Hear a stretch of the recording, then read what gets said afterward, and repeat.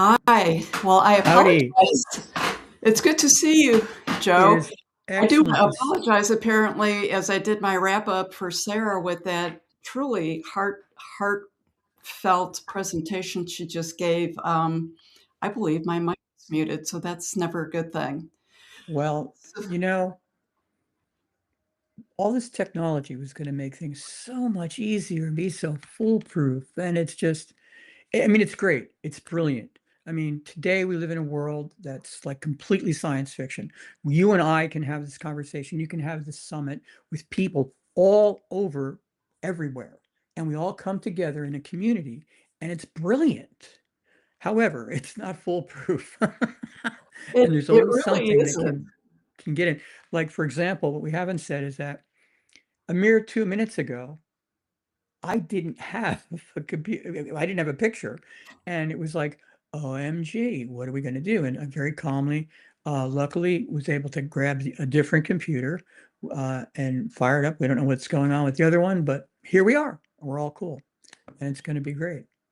I But thank agree you with for you. allowing me to So be here. I appreciate you giving people a little bit of a lens. What was the little bit of a flurry that was happening behind the scenes a Oh my couple of God. Yeah. minutes ago, and I thought, "Oh, there I go." Like you said, OMG, I just realized I didn't unmute the mic when I did that, but it's all good. So let's just start from the beginning. So Sure. And it's, for the go people ahead. who've just been listening, this is Reverend Joe George. He's a gifted medium, tarot reader, teacher with really over 3 decades of experience working in the metaphysical arts. Joe, you've studied, practiced, and taught tarot for what, over 30 years? And your work also includes pendulum dowsing. You do Reiki, you're a trance medium. Your path weaves together and it's grounded in Christianity and a lifelong exploration of the world with different religions and cultures. I mean, I literally could talk to you for hours once we get going, but you're really deeply immersed in the metaphysical practice. And I know that you've been affiliated with the United Metaphysical Churches for quite a long time. Your spiritual. So today I wanted to talk about spiritual ritual and ceremony and how that can support calm presence and nervous system regulation in everyday life. So it's just like we just talked about what we went through, and our nervous systems were just a little lit up. So it's like take a deep breath, talk a little slower. And I will say it's good to see you again. It's been more than a few hot minutes since last time we've talked. It has been a little bit too long, but it's interesting that we talk about, oh my God, stress, and all those feelings a lot of people are going through. Um, the examples this morning is the kind of thing you can run into, like, oh goodness, this isn't working. What am I going to do? And you're right. It's a certain amount of control that's required because if you don't do that, then the fight or flight response that we've gotten for survival kicks in and the heart rate goes and the stress goes up and it doesn't seem right and you're going around and it's getting and sometimes the answer is just very simply to say stop, take a deep breath, relax, and then actually maybe you can then see that the problem's not really that big. Do you know what I mean? Much like we just went through with the cameras and the audio and things like that. And how does that relate, that level, let's say, relate to the everyday person who has out there who's maybe confronted with all sorts of stress, whether you're the private personal caregiver for someone in your circle that is touched with a medical challenge, or maybe perhaps you're just too involved in watching what's going on globally, and that's disturbing you. All these different kinds of things that can affect you. It maybe you don't have an answer, and here we are going to try and give you one. For example, my background is geared toward tarot. And in tarot, there are a couple of different ways you can approach these kind of stresses. You can maybe reach out to the cards and connect and maybe find some insight, or if you don't want to do that, you don't really are, or you're not really linked in, let's say, to the idea of, well, I'm going to maybe get into that horrible, awful divination kind of thing. Well, you don't really have to do that divination kind of thing because I'm going to just grab the deck, pull it up, and I don't know what this card is. And we've never met or any of those kind of carnival things, but here we go. It's a picture, it's art. And this comes back to the visual medium. Art is there to help people. It teaches people, it calms you, it excites you. It is this incredible visual input. Do you follow what I mean? So, okay, we can do the cards and you could maybe learn what the King of Wands is about or and maybe use that input to try and resolve your issue and get yourself calmed so you can focus. Or maybe you can just look at the picture and use it as something of means to connect because of the meditative state that you can get into by looking at the different colors or the image and starting to question, like, what is this person doing? Is he comfortable? Is he what have you? And slow that nervous system down. Do you follow what I mean? And get it more under, not, I'm going to say under control, but that kind of sounds a little strict, maybe. Get it more calm, if you will. And that way you can begin the process of being able to calmly go through life. And with facing the problem or the challenge really that you've been given. And then maybe you can remember that you were never given challenges we can't overcome. That's part of the deal of being here. So is it easy as a human being to think, oh my goodness, this is way too big? Yeah. Yeah, because we have a highly ingrained survival instinct, let's say. And so you're saying, wow, this is a threat. I can't survive. Do you follow what I mean? But maybe it's not such a big threat after all. Maybe we just need to get that calm going. Do you follow what I mean? And be able to say, oh, all right, this isn't that bad. I can deal with this. Do you follow what I mean? I do, and, I think ritual's one of those words that gets a bad rap sometimes. We're involved in very ordinary daily rituals that we don't see as rituals many times, such as, savoring that morning cup of coffee when you get up to start your Absolutely. day. I mean, that's absolutely a ritual. But many people have distanced themselves from ritual because of maybe rigid or harmful religious experiences in the past. How can someone reclaim ceremony in a way that feels more sovereign and safe and personally meaningful? We have to remember that, and I don't want to be politically incorrect or slam anybody's beliefs because everybody's allowed to have the beliefs they have, and it's important. If there is a supreme being, sorry, which we all agree there is, and if they are omnipotent and all knowing and all powerful, which they must be by definition, well, then it has to kind of fall logically that this entity must have the ability to communicate and reveal itself to each one of us in the way it makes most sense to each one of us. You follow? So it can be best understood. Otherwise, it wouldn't necessarily be a supreme being.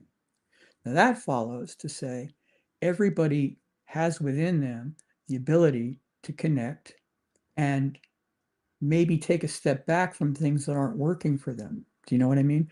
The first thing you might want to say is, well, this isn't working for me, and I need to um, do something about that. So maybe you can take back and stop and try and smell the flowers, so to speak. You know that that cup of coffee ritual is important to people. The way I deal with the world is much like that. I have an ordered, and this is a good thing, an ordered way I look at the day. I get up, I do certain things, and I proceed with my day. Now you would say, okay, you're just getting up and going to face the world. You're right. But what is a ritual except an ordered procession of things, events, and thoughts that get you from point A to point B? You follow me?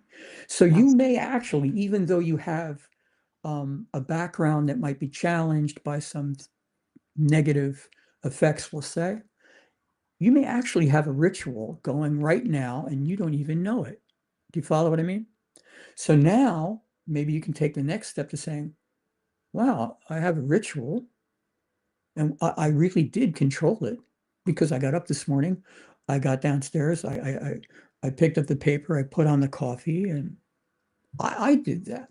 Well, then maybe I can try breathing or open myself up to other inputs. Because again, like the control of the nervous system, it's not just about tarot and divination. It's about a broader sense of things that you're bringing to the world today and letting everybody see that can help you calm yourself and be better able to have a better life and deal with the crazy around us in a more effectual way. Or do you follow what I mean? Um, Yeah. among the different rituals you can have would be that coffee process, the morning process. It could be something as simple as across the religions saying your morning prayers.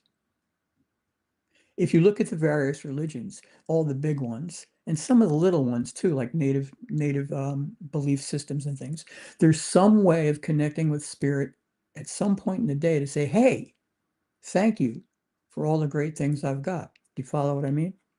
So there's a ritual right there, and you can design that to be whatever makes the most sense to you. Do you know what I mean?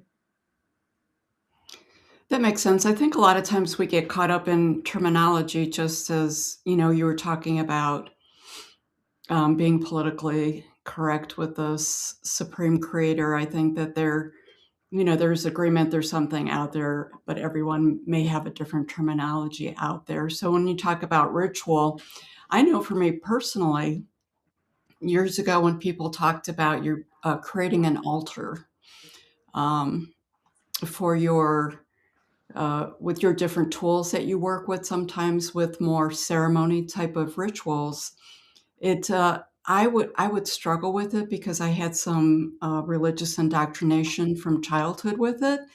And as much as I loved the work and I believe there was meaning, there was something about that word altar that would just shift everything for me. And I will say, I had a friend who's changed the whole, she shifted everything for me. She's like, it's not an altar, it's a workbench. These are your tools on your workbench. And this is what Precisely. you're using for ceremony for whatever it is that you're bringing to either release or bring in. And it was just so fascinating to me when you can shift just one word, how that shifts everything. It's exactly what we're talking about. Because again, now this makes sense to you. Now, the person next door, that might not make sense to them. They may need the bells and the smells and the candles and the scents and all those things to connect. Great. That's awesome. Please do that. Do you know what I mean? Because that is what's going to make you feel warm and fuzzy at the end of the day. And it's kind of what it's all about. Being able to connect with spirit in a manner that makes you feel fulfilled. Wow, that's pretty good. I got to write that down. But yeah, I mean, um, I too, have been exposed to the idea of having an altar. The one time I tried it, but the dog we had at the time ate the stones. So that didn't work out. And maybe that was a message to me to saying, maybe this isn't for you. Maybe you don't, maybe you need to spin it a different way and make a different tool bench or toolbox kind of thing.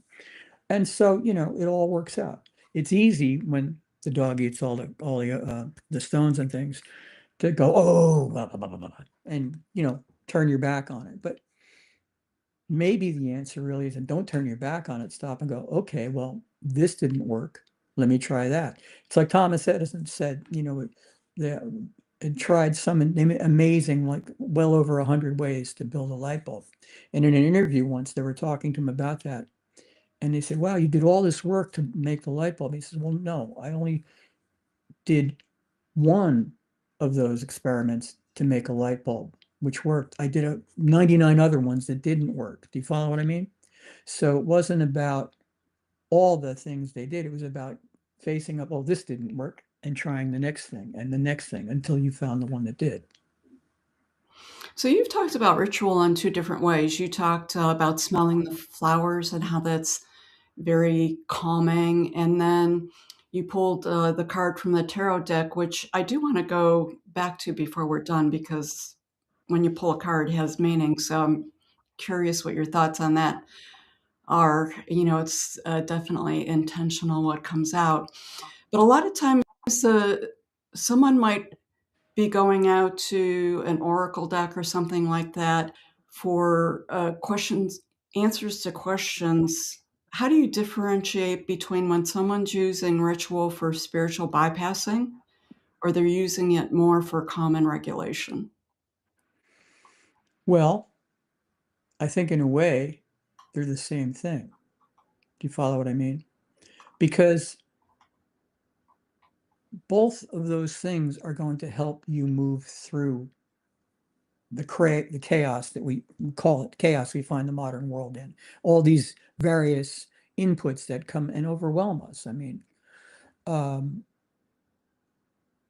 I think that truthfully, it's not just about the tarot, it's about the visual input and connecting because art is art and art moves us, if you follow what I mean. But now there are other cultures, traditions out there that may not use the Western idea of art. If you don't want to use tarot decks, oracle decks are perfectly fine. Why? Because that's what resonates to you. Do you follow what I mean? You don't have to use a tarot deck. You could use the oracle deck. You could use um, any sort of visual input, if you will, that you find comforting. In the Islamic tradition, they do not like to have graven images, but they have this fantastic geometric patterning that is used in meditative states. And in some of the Eastern traditions, they have what you call mandalas, which I don't have a copy of right now, but they're circles and symbols with colors and shapes and things. And in the Native American traditions, you might have sand painting or something else of that. They're all visual tools to use to connect and to calm and to maintain a spiritual thing because in a way you can't go through life not being affected by spirit. I think it should be interwoven within us to be kind of sort of one and the same thing. If you follow what I mean. Okay. So for people who are feeling the overwhelm, in this chaotic world that we're in right now, and they're starting to feel dysregulated, what are some thoughts or recommendations that you would have for people to just use a small ritual? So when we talk about ritual and ceremony, it doesn't always have to be some big event. So we've been through the solstice and we've just had the full moon and the new moon, and a lot of people do much more intentional rituals, bigger things with that. But just for the everyday things in life, what are your thoughts about that? I think it's a good place to start. Find something simple to start. A lot of times we have these great intentions. I'm going to move the world. I'm going to do this. I'm going to do that. And the sheer volume of work to do all that overwhelms you. So don't set yourself up to fail. Start simply. Start just by recognizing, to use the example, getting up in the morning and putting the coffee on. That something you do with regularity is a ritual. And from there, go from there. If you wanted to try, say, the tarot, you could take any deck you wanted and maybe learn a little bit about it, but just use the pictures. And you could say, I'm going to start with this one picture that I'm pulling up now, the world, and how does that make me feel? Huh. How does that go? Do you follow what I mean? Can I calm with that? Does it help me answer? Whatever that says to you, then go with that. If it's your oracle decks, same kind of thing. Maybe you find a piece of music that you find exceptionally moving. I mean, you can't explain it because maybe you've never listened to this type of music before. Go with that. Do you know what I mean? There are so many different small tools that you can use to basically start your day or start your time. It doesn't have to be the first thing in the morning. It could be any time of the day you find time for it. Um, Say you have a commute and maybe you take a public transportation and maybe you have time to sit down and just be, watch the world go by. Do you follow what I mean? There are all these opportunities that you say, I feel I need to change and I feel I need to grow and I want to feel better. And that seems insurmountable. So back away from that and just do something simple. Um, maybe you live near the park, and maybe you can take once a week, take 10 minutes to walk through the park or just sit there and watch the birds. Follow what I mean? Maybe you have the blessing to be near a shrine. You could go check out the shrine, just walk through it or be there. Do you follow what I mean? Maybe if you live near the beach, you could go to the beach and just watch the water for 35 seconds or a minute and a half or an hour, whatever you fall into. All of these types of things can help us um, create our own rituals and move upward from there. You can make this as complex as you want, but I would suggest you want to start small and easy just because you don't want to overwhelm yourself with the work. Do you know what I mean? Right. So where do you think what role does intention play with rituals? Is Well, I think intention comes into the idea that, okay, I've progressed a little bit now. I've got this ritual thing going a little bit. But I really got a question, and maybe I want to find out how the day is going to go, or where do I need to be today? And we'll use that as an example. And we'll use the card I just pulled up, the world. love that card. It's a It's beautiful a card. great card. It's a great Like, card. that's a life is good card. After what we It just went through is. to get you on, and then you pulled that, I'm like, life is good, man. It is. And to give you the tarot lecture part, which was we'll bring in, there'll be no test later. The tarot, this is a card that ends the major arcana. The major arcana is something that reflects archetypes that are all universal to all of us through all cultures and everything like that. And this is the end of the journey. It's the end of the journey. And like you just said, it's a great card. It's positive energy. It's success. It's got some spiritual images around the side, and it's a beautiful, wonderful thing, some tools and stuff. And there is a drag about this card, which is that you've completed everything. You've done it. You've been a success. And it's wow. Now you get to stop, go back to the beginning and try the next thing. You follow what I mean? Because Yes. life is about Yes, growth and absolutely. life is about progress. So, and let's face it, if you're going to have the downside to something in a ritual or card or belief, having completed everything successfully and getting that energy and getting the and then having you go try something else is not such a bad downside, really, when you think about No, it. not at all, not at But all. like were I to drag this today, all right, I pull this up today and say, wow, today is going to be a positive day. And I feel positive because of the positive imagery. I don't need to know the various explanations all the people have for this card because you don't really need them. You don't need, it's not necessarily relevant to the feeling good from the image part and getting a boost up to get your day going or continuing in a positive manner. Wow, I have to tell you, that's a great way to end on. It's believe it or not, our time is up. This was just a really quick 20-25 minutes. So I want to thank you for your perseverance for getting on here. Oh my I'll goodness. go with well done, well done. And as always, you are just such a wealth of information. I think that rituals and understanding rituals and the importance of them and demystifying them are really important as we move forward with the chaos of the world because it's right in front of us. It's an easy tool. So much Thank gratitude, you so friends. thank you. And thank you so much for letting me be here. Thank you to all of you for tuning in and checking this all out. And it's going to be great. Thank you so much. Okay. Take care, Joe.